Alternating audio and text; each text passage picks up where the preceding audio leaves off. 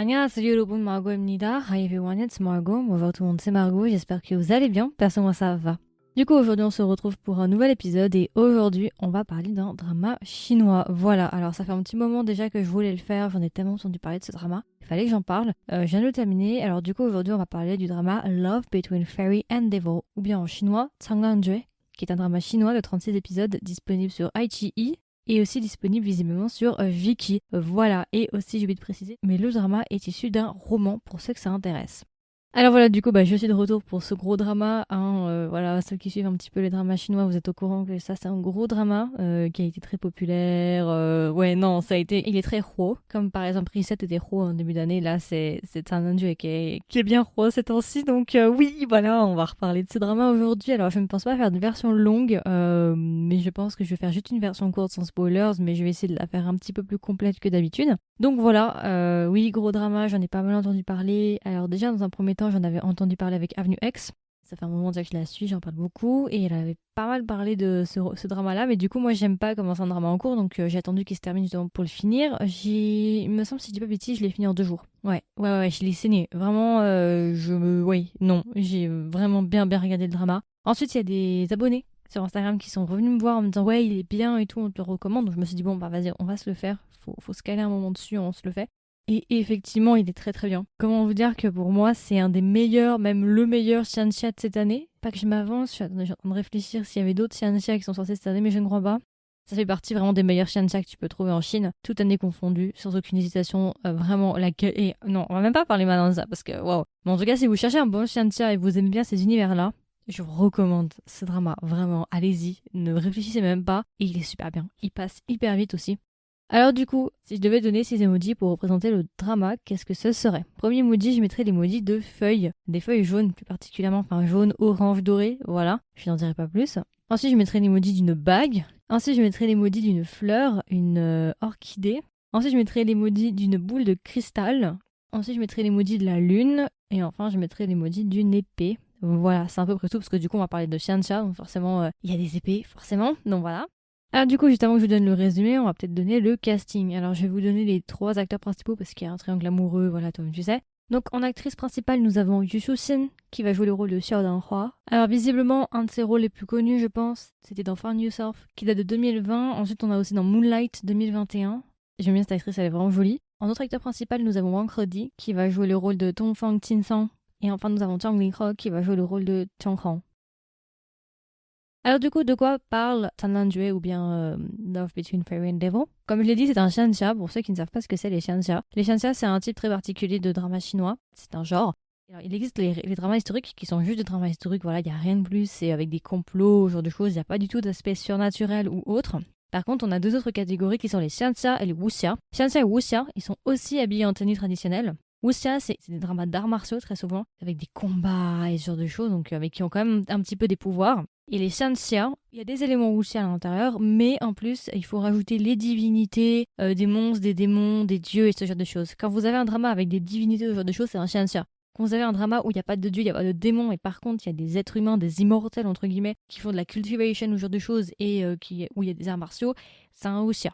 Pour différencier. Et un drama historique, j'avais vu un truc qui était très drôle, c'était dans les dramas historiques, personne ne vole dans les airs. Voilà. Alors que dans les Xianxia ou wuxia, ils peuvent voler dans les airs. Par exemple, si vous avez vu, je sais pas, Ashes of Love, Ancient Love Poetry, Eternal Love of Dream, 10 Miles of Peach Blossom, c'est pareil. C'est un peu c'est pas les mêmes histoires, c'est pas les mêmes univers, mais on est dans un délire de divinité, de démons. Et en gros, on va se passer avec Xiao Lanhua. Xiao Lanhua, en fait, elle, c'est une immortelle. Comme son nom l'indique, Lanhua, ça veut dire orchidée. Et en gros, elle est une immortelle de très très bas rang parce que visiblement, en gros, elle a très peu de pouvoir. Alors, je vais pas aller très loin dans les termes techniques avec, voilà. Elle a une constitution assez faible. Du coup, elle a un statut assez bas, en fait, dans la hiérarchie des immortels, si vous voulez. Donc, elle a pas beaucoup de pouvoir. Et il y a souvent un truc qui ressort souvent qui est, entre guillemets, la divinité du destin. Et souvent, c'est Suming. Suming, il est sorti tellement souvent dans les dramas. Par exemple, dans Eternal Love of Dream, il y a Suming. C'est un homme d'ailleurs. 10 Miles of Peach Blossom, c'est le même Suming. Et en gros, c'est une divinité qui s'occupe en fait de gérer la vie, le destin des humains, des immortels et des dieux. Ok. Et en gros, Xia Danhua, elle est l'apprentie en fait de Suming. Et un peu dans le drama, Suming ici, c'est une femme, c'est pas un homme. Et elle travaille dans un, je sais pas, on peut dire ça, dans un mini-univers en gros. Et cet univers-là, en fait, l'univers justement du destin et ce genre de choses, il est dirigé par en fait un arbre. T'as un arbre immense dans le drama. Et cet arbre-là, en fait, il est constitué de feuilles. Et chacune de ces feuilles représente le destin d'un être, que ce soit un humain, un immortel ou un dieu. On sait qu'en fait, Charles Roi, elle est amoureuse d'une divinité qui est le dieu de la guerre, qui s'appelle Tian Hong. Et en gros, ce qui va se passer, c'est qu'un jour, elle va tomber sur une feuille, du coup, le destin en fait de Tian Hong. Elle va lire son destin et elle va se rendre compte qu'en fait, Tian Hong est destiné à mourir le soir même. Sauf qu'en fait, il y a une règle qui existe avec Somyeong et les gens qui s'occupent du destin, c'est de ne jamais intervenir dans n'importe quel destin. Que ce soit une divinité, que ce soit un humain ou un immortel, tu ne dois jamais intervenir. Et en gros, ce qui va se passer, c'est que Xiao Hua, elle va pas l'écouter et elle va essayer de sauver justement Tian Hong, de renverser un petit peu les événements. Et elle va se retrouver mêlée à un autre personnage qui va être Dongfang. Et en fait, ce qui va se passer pour certaines raisons, c'est qu'une malédiction va être posée sur Dongfang. Et aussi, visiblement, leurs corps sont liés. C'est-à-dire que s'il arrive quelque chose à Xiaolonghua, Dongfang le sent. Et du coup, à partir de ce moment-là, il va se rendre compte que du coup, lui, il est en danger. Parce que Dongfang, je vais le préciser, mais c'est une divinité aussi extrêmement puissante. Il va se rendre compte que il est en danger si elle est en danger. Donc, il va essayer justement de la garder sous la main. Et c'est comme ça que leur relation va avancer. Donc voilà, c'est à peu près tout. Du coup, je vais pas vous spoiler, je vais pas en dire plus. Mais on va voir clairement un triangle amoureux entre les trois. Il va y avoir aussi des bromances. D'ailleurs, il y a un acteur que si vous avez vu Mang Hua-lu, qui est sorti il y a pas longtemps, il y a un des personnages de Mang Hua-lu qui est dans justement San Lanjue, au cas où, pour ceux que ça intéresse. Donc voilà, donc c'est un drama shantia, une romance voilà, avec des divinités, ce genre de choses. En bref, c'est les bails normaux quoi. C'est voilà, jusque-là, tout ce que je vous ai raconté, il y a rien d'incroyable. Entre nous, vous devez pas être surpris, vous devez vous dire, ok, encore un shantia de plus. Enfin voilà quoi, on les connaît maintenant les shantia. Ça fait un moment déjà, tu nous apprends rien, Margot. Attendez, le plus gros et le plus intéressant arrive. Alors voilà, j'ai fait mon résumé du coup pour le drama. Alors, qu'est-ce qui m'a plu, qu'est-ce qui m'a pas plu avec le drama? Alors déjà, je dois vous dire que, bon, j'en avais pas mal entendu parler, hein. Beaucoup de gens m'en avaient parlé, donc quand je suis arrivée, je me suis dit, bon, ça doit être pas mal et tout, on va se lancer dedans. Et c'est vrai que quand j'ai commencé le drama, j'ai été tout de suite frappée par la différence que ce drama apporte quand tu compares aux autres shantia qui ont existé et qui existent actuellement et qui sont en train d'être diffusés. Vous n'avez jamais vu un shantia similaire à celui-là. Je mesure mes mots. Là où la différence se fait et là où je veux en venir quand je dis que vous ne trouverez jamais un drama similaire, je parle surtout en termes de forme, pas de fond. Ce drama est rafraîchissant. Mais je vous dis même pas, tout est différent en fait. C'est vraiment un nouveau monde limite qui s'ouvre à nous. Déjà, est-ce qu'on peut parler du CGI, donc les effets spéciaux? Les CGI sont tellement beaux, ils sont tellement propres. Vraiment, les CGI sont grave bien. Franchement, j'ai beaucoup aimé. C'est la première fois que je vois un drama avec des aussi bons CGI, vraiment, et aussi différents, aussi frais. Enfin, t'as l'impression de voyager, tu vois. La manière de filmer et le camera language, comme on l'appelle en anglais, donc le langage de caméra, je sais pas si c'est vraiment juste de l'appeler comme ça, mais la manière dont les transitions sont faites, la manière dont c'est filmé, tout en fait, les angles qui sont utilisés, tout, mais vraiment vous allez voir, et même la manière aussi de communiquer l'actrice, comment elle se comporte, tout ce qui est le directing style. En fait, quand j'ai regardé le drama, je me suis dit, mais c'est étrange cette histoire, c'est quoi ce drama? Oh, m'a fait peur. Ça correspond pas au code en fait que Tati-kun, tu viens de m'envoyer un message, t'as failli me faire une crise cardiaque, hein. Vraiment, tu m'as foutu la trouille, hein. Je viens de recevoir un de tes messages Instagram, là j'ai cru que j'allais décéder, hein. Tu m'as fait mon cœur.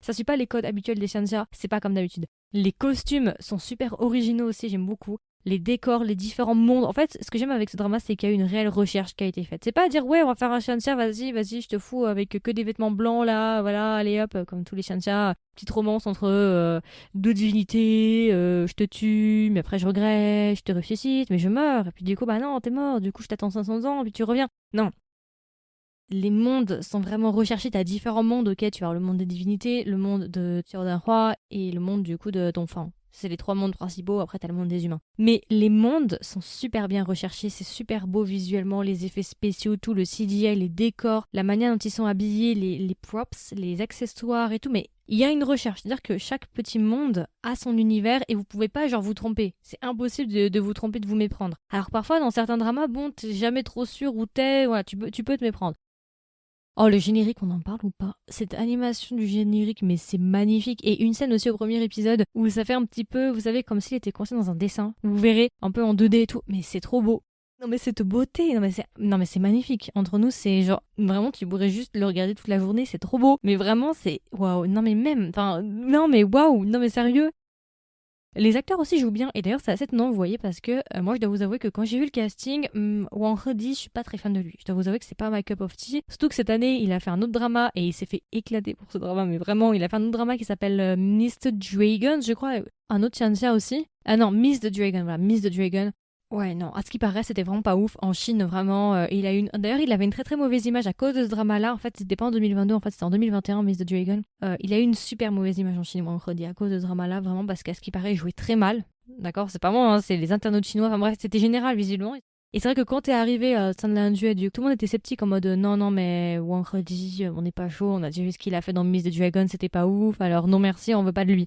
Et en fait, beaucoup de gens ont été extrêmement surpris de voir justement la qualité du jeu du coup de Wang Hedi, parce que clairement Wang Hedi, alors j'ai pas vu Miss the Dragon donc je ne peux pas dire, mais en tout cas ils jouent tous très bien, et malgré le fait justement que j'avais des a priori et que j'étais pas spécialement fan du casting, sauf un personnage que j'adore, mais sinon voilà, j'étais pas non plus voilà en mode waouh c'est le casting de ma life, et bah écoutez, j'ai été agréablement surprise, ils jouent tous très très bien, et même si je suis pas une fan, vous voyez, de Wang Hedi, bah je l'ai plutôt apprécié, franchement j'ai bien aimé son jeu, ça va, c'est passé, il a pas joué mal, non c'était pas mal. Par contre, moi j'ai mon petit chouchou, vous voyez. D'ailleurs, je vais vous poser une petite question en sondage. Vous êtes plutôt team Dongfang ou bien vous êtes plutôt team Changrang? Moi, je suis team Changrang, sans aucune hésitation. Mais moi, je suis pour le dieu de la guerre. Non, mais ça va pas ou quoi? Non, mais attendez. Mais l'acteur Zhang Linghe, il est magnifique. Et en fait, je sais pas pourquoi, mais il me fait trop penser à l'acteur Jin Young de God Seven, l'acteur coréen du coup qui a joué par exemple dans Yumi Stars. En fait, c'est le bas du visage. Regardez sa bouche et la mâchoire. Vous allez voir, vous comprendrez où je veux en venir. Et d'ailleurs, d'après ce que j'ai entendu, il est extrêmement populaire maintenant, il est extrêmement pro. Et du coup, là, il y a un nouveau drama qui va sortir avec lui où il est acteur principal, genre lead principal. Il va voir la meuf à la fin. Je suis trop contente, j'ai trop hâte de voir son nouveau drama. Par contre, petit point négatif, on peut directement enchaîner sur les points négatifs. À la fin, les 2-3 derniers épisodes, ils m'ont un peu perdu. Je dois vous avouer que j'étais moins dedans dans les 2-3 derniers épisodes, j'étais moins à fond dessus. La fin est bonne, il n'y a pas de souci là-dessus, mais je sais pas, j'étais un peu perdu, trop d'informations, TMI. Oui, parce qu'il y a quand même 36 épisodes. Et d'ailleurs, ces 36 épisodes de 45 minutes, je vous promets que ça passe vite. Faites-moi confiance. 36 épisodes, c'est comme World of Honor. D'ailleurs, je vous recommande World of Honor si vous ne l'avez toujours pas vu. Je fais des petites promotions comme ça, voilà. D'ailleurs, j'ai fait des reviews sur World of Honor, ça vous intéresse. Et si vous voulez écouter mes reviews, vous pouvez taper dans la barre de recherche sur Spotify ou sur les autres plateformes World of Honor et vous trouverez mon épisode. Donc oui, non, en fait, j'ai pas vraiment de points négatifs. Mon seul point négatif, vous voyez, c'est juste qu'à la fin, ils ont un peu perdu mon intérêt. Mais sinon, vraiment, je trouve que c'est un Shensia qui est innovant, qui est de bonne qualité, qui est intéressant et qui est captivant quand même. Et non, le couple est beau, l'actrice, elle est super belle, elle est grave mignonne, l'actrice d'ailleurs, soit dit en passant. Je comprends pourquoi il est populaire. D'ailleurs, sur Haïti, je crois que Sunland Duel, c'est leur meilleur drama depuis toutes ces années-là, parce que Haïti, c'est une chaîne quand même assez vieille. C'est leur drama le plus populaire. Ouais. Et à ce qui paraît, il a pété les scores. Et là, vraiment, ça fait du bien, ça a redonné un souffle, entre guillemets, aux Shensia. Les Shensia étaient vraiment en stade de mort cérébrale ces dernières années en Chine. Et là, ça a redonné un souffle de vie aux Shensia, vraiment. Oui, non, ça fait du bien. Franchement, ça fait tellement longtemps que j'ai pas vu un bon Shensia comme celui-là. Et du coup, si je devais recommander le drama à un ami ou une amie, qu'est-ce que je lui dirais? Et est-ce que même je recommanderais le drama? Bien sûr que je le recommande. Allez le voir. Si vous aimez les Shensia ou si vous ne connaissez pas les Shensia, je pense que ça peut être une introduction aux Shensia assez intéressante. En tout cas, vous ne serez pas déçus ou gênés parce que vraiment la qualité vaut la peine. C'est le meilleur Shensia que vous pouvez trouver actuellement en termes de qualité, je pense. Vraiment en termes de qualité pure. Là, on parle que de qualité. C'est le meilleur. Pour le travail qui a été fait dans l'univers, pour l'histoire en règle générale et pour l'immersion, et pour les acteurs aussi, si vous aimez bien les acteurs, et puis aussi pour l'acteur secondaire masculin, voilà, je ne dirai pas plus, vous avez compris que je l'aime beaucoup. Et du coup, si je devais donner une note à Love Between Fairy and Devil, combien est-ce que je lui mettrais? Je lui mettrais 17 sur 20, voilà. Il le mérite amplement, c'est un très très bon Shensia, clairement 17, il le mérite amplement, c'est un très très bon Shensia, et je comprends pourquoi il est populaire. Franchement, si vous avez un petit peu de temps, je vous conseille de le faire parce que vraiment, il vaut la peine. Il est très rapide, en sachant que je vous ai dit que c'était 36 épisodes de 45 minutes, mais le générique de début et le générique de fin, il y en a au moins pour 5 minutes. Donc, comptez 40 minutes. Donc voilà, c'est à peu près tout. C'est vraiment un bon Shensia. J'ai passé un très très bon moment en le regardant. J'ai même envie de me le refaire, mais je vais attendre un petit peu, je pense, parce que je préfère laisser reposer. Pour vraiment en profiter, je pense que je vais laisser reposer un petit peu. Peut-être que plus tard, quand j'aurai un coup de mou, je me le referai. Mais du coup, voilà, écoutez, c'était ma version courte, ma version de présentation sur le drama Sunland Duel ou bien Love Between Fairy and Devil. J'espère que ça vous a plu, j'espère que ça vous a intéressé. Comme d'habitude, n'hésitez pas à me donner vos retours. Qu'est-ce que vous avez pensé du drama? Si vous êtes sur Spotify, il y a une section commentaires. Dans le cas où vous n'êtes pas sur Spotify, n'hésitez pas à venir me voir sur TikTok ou Instagram, peu importe, et me dire ce que vous en avez pensé. Et puis voilà, écoutez, je vous souhaite une agréable journée ou une agréable soirée, et je vous dis à la prochaine. Bye! Du coup, vous pouvez trouver gratuitement ce podcast sur Spotify, Apple Podcast, Google Podcast, Encore et Deezer. Si jamais vous écoutez l'épisode sur Spotify, à présent vous pouvez laisser des commentaires en dessous des épisodes. Donc n'hésitez pas à swiper vers le haut et à me laisser votre avis sur cet épisode-là, ça m'intéresse toujours de savoir ce que vous en pensez. Aussi, si jamais vous appréciez ce que je fais, mon travail ou bien le podcast ou l'épisode en général, n'hésitez pas à laisser des notes sur Spotify ou bien Apple Podcast. Les deux plateformes donnent l'opportunité de laisser des notes. Ça prend quelques secondes, mais ça aide énormément le podcast. Donc voilà, si vous avez un petit peu de temps, n'hésitez pas à laisser une note. Et enfin, si jamais vous voulez connaître l'actualité du podcast et en savoir un petit peu plus sur quand est-ce que les épisodes sortent, le podcast possède un Instagram. Alors si jamais récemment j'ai changé mon identifiant, donc si jamais vous pouvez me trouver sous le nom de Margot avec un O du bas, drama avec un S. Voilà, j'ai juste changé l'identifiant. Sinon l'Instagram reste le même, il y a juste l'identifiant qui a changé. Donc voilà, si ça vous intéresse, vous pouvez aller me rejoindre sur Instagram. Je suis très active sur Instagram et sur TikTok aussi d'ailleurs si ça vous intéresse, donc n'hésitez pas à venir me voir. Et puis voilà.